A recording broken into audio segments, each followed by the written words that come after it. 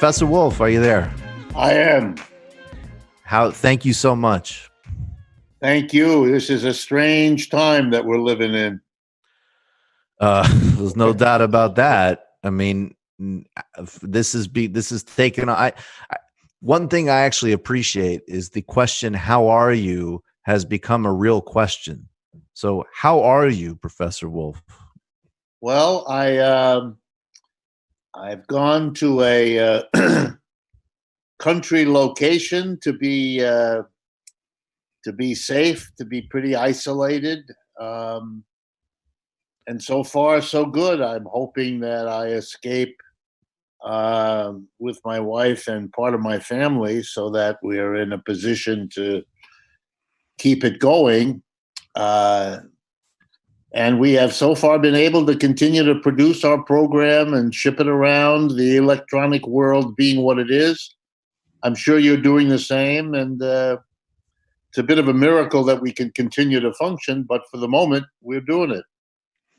Right. So, you can never predict the specific form it's going to come in, but you have been saying it's coming. A major rock to the economy, another violent spasm of capitalism. And what I'd like you to do, if you can, is are they separated? We have a public health crisis. That's just here. Even in a much more advanced society, it would happen. But the response to it, particularly in the United States, the absolute failure to get it under control, the bailout as an enormous theft and consolidation of monopoly capital. What does that tell you in terms of where you think we're at in the overall picture of the crisis of capitalism? Okay, let me try to tell you. I've been working on it and thinking about it and basically obsessing about trying to answer that question. So here's the best I can do, at least so far. We are 20 years, not even, into a new century. In that 20 years, we have had 3 crashes of capitalism. We had the so-called dot-com crisis early in 2000.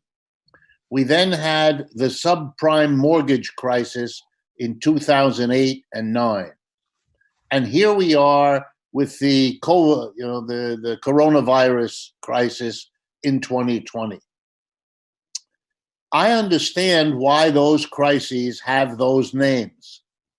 The major reason, in my judgment, that they have those names is a desperate effort to focus everyone's attention on the external cause of these 3 crises in 20 years. By the way, the dot-com crisis was serious, but relatively short-lived. The 2008 crisis was so bad, the second worst in the history of capitalism, that it got the name the Great Recession. This one, we already know, will be worse than the Great Recession, and the only question is, will it be worse than the Great Depression of the 1930s? So the basic punchline of what I'm getting at is, the old joke, it takes 2 to tango. In order to have an economic crash, you can't explain it by some external factor.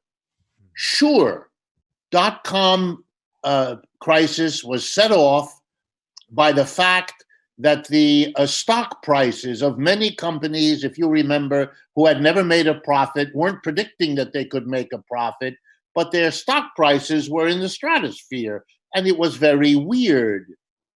Likewise, in 2008 and 9, we heard stories about all these people who got mortgages that they shouldn't have gotten because they couldn't afford to make the payments, et cetera, et cetera.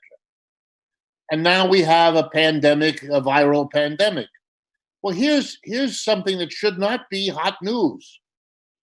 Overpriced stocks have recurred in the history of capitalism countless times. Failures of large numbers of people to make mortgage payments have happened repeatedly in the history of capitalism. And viral pandemics are not new. The worst one in 1918, the Spanish flu, killed almost 700,000 people in the United States. A tremendous event in terms of the death and the destruction. And as recently as a dozen years ago, we had SARS, we had MERS, we had Ebola. Our scientific community, our medical community, and the history of our people is wrapped up in coping with, anticipating viral pandemics. We know that the problem is how they spread. We know that we have to control all of that. Just like we know that there are stocks that get wildly overpriced and that imposes a risk, and that mortgage financing is always risky, particularly when you give mortgages to people with subprime credit. Here's my point. Capitalism could have, should have, and if it were properly run, would have prepared for and been able to manage each and every one of those events, just like it was successful in managing them in days gone by. Calling them the crisis of the X is an attempt to divert attention from this question. Why was capitalism so incapable? Here in the United States, as you rightly say, extremely, but in other capitalist countries also to varying degrees. And that's the interesting question. And what does it tell us about capitalism? And if I can answer my own question real briefly. One, Please. It gives the lie, for those who wanted to believe it, to Mr. Trump's endless repetition that we had the greatest economy in the world, the economy was in great shape. A great economy and one in great shape does not collapse when it is confronted by crises of this sort. It either has the resilience, it either has the capability, or it doesn't. And ours didn't. Okay, next final point. What was the problem? And here is the best that I can come up with. To prepare for a viral pandemic, to use the current one, everyone in the medical field says he and she knows exactly what you need. Earliest possible identification of the virus, immediately setting in motion the protective apparatus to deal with this recurring problem of a viral pandemic. What does that mean? It means accumulating, either producing or importing tests, ventilators, masks, gowns, beds, hospitals, trained personnel to use all of that equipment. These have to be produced and stockpiled, distributed according to the need, where the population centers are. All of this is very well known. So why wasn't it done?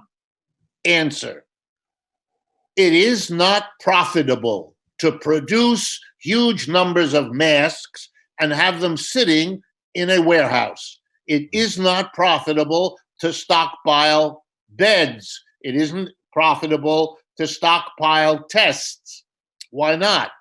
Well, that's not how profit works. If you know how the system works, you want the money to turn over as fast as possible. You don't want have your value sit in some form for an indefinite length of time before you sell it, because in that time, your money isn't making money, and that makes you competitively unsuccessful within a capitalist framework. So nobody did it. Nobody produced these things and stockpiled them. Nobody imported them and stockpiled them.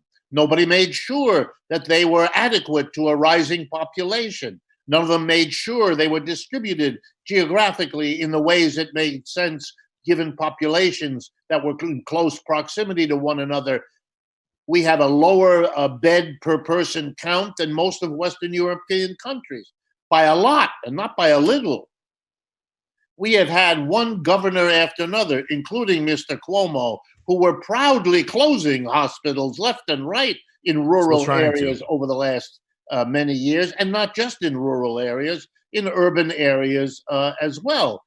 Brooklyn has seen Brooklyn, New York, several hospital closings in the last 10 years, some of them directly closed by Mr. Cuomo. And I don't want to pick on him. It's just having become a hero overnight, there's a little bit of a strange piece of amnesia going on here. So in any case, what did the government do? Now, it's possible for a government to admit that the private profit system is a big, fat failure in coping with this crisis, and then to come in and to compensate for the private capitalist sector's failure by taking active steps. That is, the government could have purchased and stockpiled the tests, the ventilators, the masks, all of it. But they didn't, because in our capitalist system, and here you begin to see the difference between the United States on one hand, and Britain perhaps also, and Western Europe. And the difference is our government is proudly complicit with the ideology of private capitalism. It cannot get its head around the fact that private capitalism, in a way that I'm going to summarize in a moment, is a big fat failure here in the most profound sense, and needs the government to come in and compensate for its failures. It can't say that. It can't say it because it grew up in the same ideological craziness that the CEOs did. Most government officials at the top are CEOs lent by the private sector to the public anyway. They go to the same schools. They hear the same lectures. I've been a professor in the schools where they go. I mean, I know the game. And so the government in this country, much worse than elsewhere, failed to compensate for the private sector. By the way, that's not just Mr. Trump. That's a mistake. That's Mr. Obama and Mr. Clinton and Mr. Bush, all of them, to varying degrees, of course, but they all did it. So we had a private failure compounded by a public failure, ending up being complicit with the whole sorry mess. And here's the punchline. What in this country, protecting us, preparing adequately, coping adequately with a viral pandemic, that's called public health. If there's any basic obligation of any economic system towards the people who live in it, it would have to include providing healthy food, providing decent shelter, and protecting the public health from endangering diseases and so on. Capitalism in the United States, the private sector and the government it owns, failed to do that. It is therefore, first and foremost, a failure of capitalism to perform at the basic function of protecting the public's health. And here's the irony of it all. What the private sector did and what the government allowed them to do was to make private profit. It was more profitable to do other things than to accumulate masks and tests and ventilators and all the rest of it. So they did what was profitable. And here's the big theoretical punchline. What was profitable was not what public health demanded. We have already lost many times the wealth that would have been spent to accumulate and locate the stockpiles of all the equipment we could ever have dreamed necessary. Therefore, there is no other conclusion than this.